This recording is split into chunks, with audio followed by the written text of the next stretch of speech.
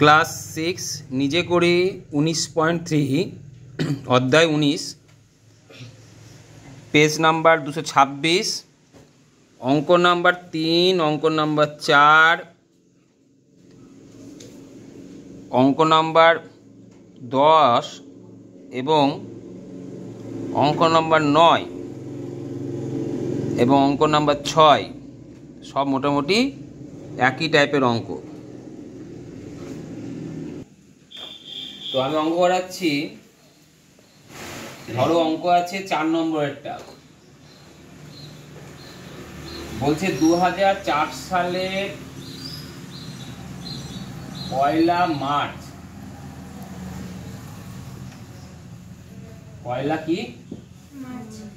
March কি বার? সোমবার। 2005 সালের 1 মার্চ কি বার হবে? পয়লা এপ্রিল। আগে 1 মার্চ কি বার হবে বের করি, তারপর না 1 এপ্রিল দেখছি। তো প্রথম কথা হচ্ছে যে এখানে ফেব্রুয়ারি মাসটা ভাবতে হবে। প্রথমে ফেব্রুয়ারি মাসটা কোন বছরের মধ্যে পড়ছে, এই কোশ্চেনের অ্যান্সার আগে দিতে হবে।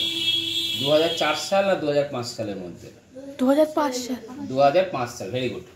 তাহলে 2005 সাল, তাহলে যে সালের মধ্যে ফেব্রুয়ারি মাসটা পড়ছে সেইটা আগে দেখে নিতে হবে লিপ ইয়ার কি লিপ ইয়ার নয়। বুঝা গেছে? তাহলে 2005 সাল পড়ছে তোমরা বললে, তাহলে 2005 সালে কত দিয়ে ভাগ করবে?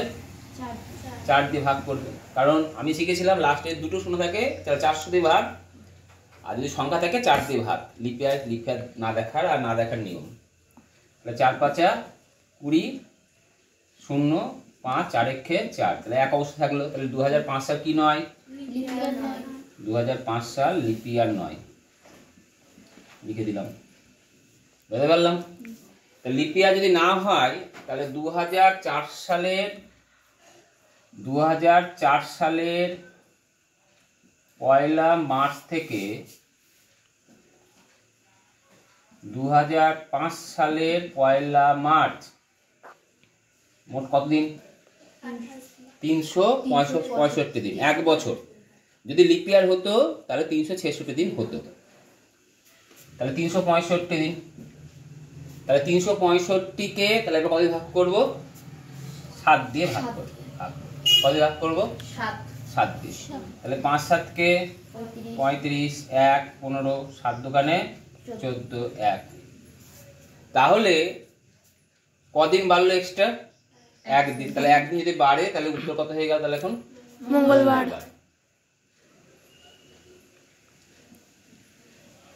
মঙ্গলবার। বোঝা গেছে? কিন্তু আমাকে উত্তর জানতে চাইছে কি 5 সালে 1 এপ্রিল। তাহলে এরপর আমি কি করবো? তাহলে এইটুকু পার্ট করতে পারলে তুমি 3 নম্বর, 6 নম্বর, 10 নম্বর, 9 নম্বর সবই পারবে। 9 নম্বরে জানতে চেয়েছে এরকম মোট কত দিন হবে। তাহলে এরকম পরপর পার্ট করতে করতে যাব।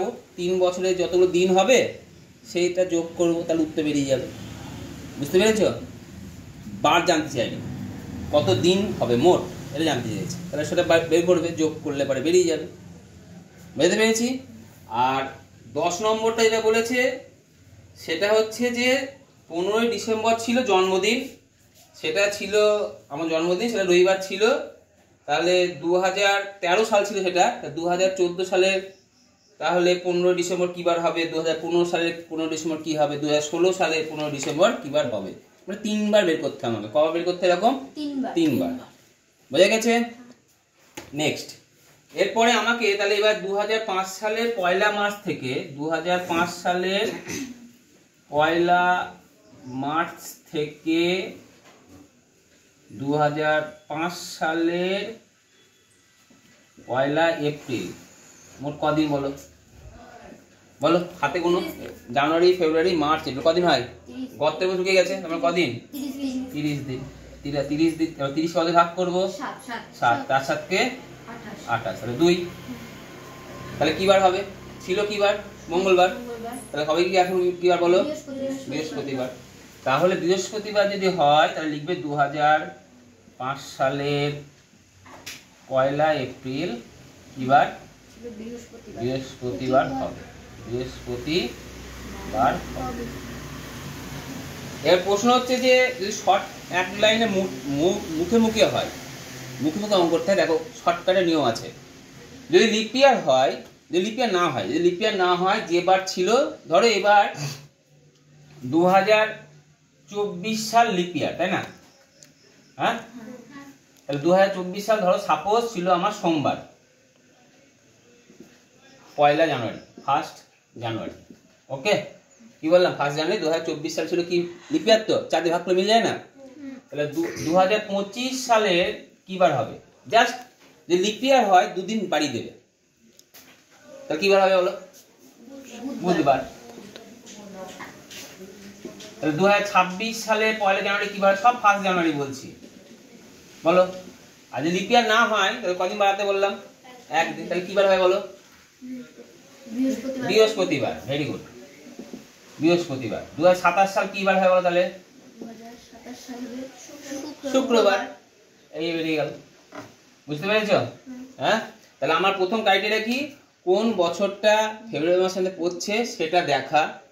তারপরে তাকে, কারণ এখানে 2004 সাল আছে, কিন্তু ফেব্রুয়ারি মাসটা পার হয়ে গেছে, তার জন্য ফেব্রুয়ারি মাসটা কোন সালের মধ্যে ঢুকছে? তাহলে 2005 সালটাকে ভাগ করতে হবে 4 দিয়ে। কেন?